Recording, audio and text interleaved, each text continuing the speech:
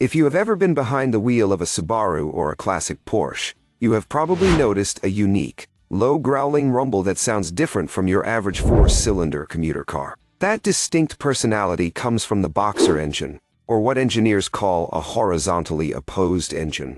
Instead of the pistons moving up and down like in an inline engine or at an angle like in a V6, the pistons in a boxer engine are laid out flat and move toward and away from each other, just like two prize fighters punching their gloves together before a match. These cylinders sit on opposite sides of a central crankshaft, which keeps the entire engine very low and wide. This flat design is a huge advantage for you as a driver, because it lowers the overall center of gravity of the vehicle, making the car feel much more planted and stable when you are carving through tight corners. Inside, the components like the valves, pistons, camshafts, and the crankshaft function very similarly to what you would find in a high-performance V-type engine. But the horizontal layout allows for a much more even distribution of torque across the drivetrain. This balance reduces vibrations and creates a smoother power delivery that you can really feel through the steering wheel. While most traditional engines stand tall in the engine bay, the Boxer sits low, which also provides a safety benefit by allowing the engine to slide under the passenger compartment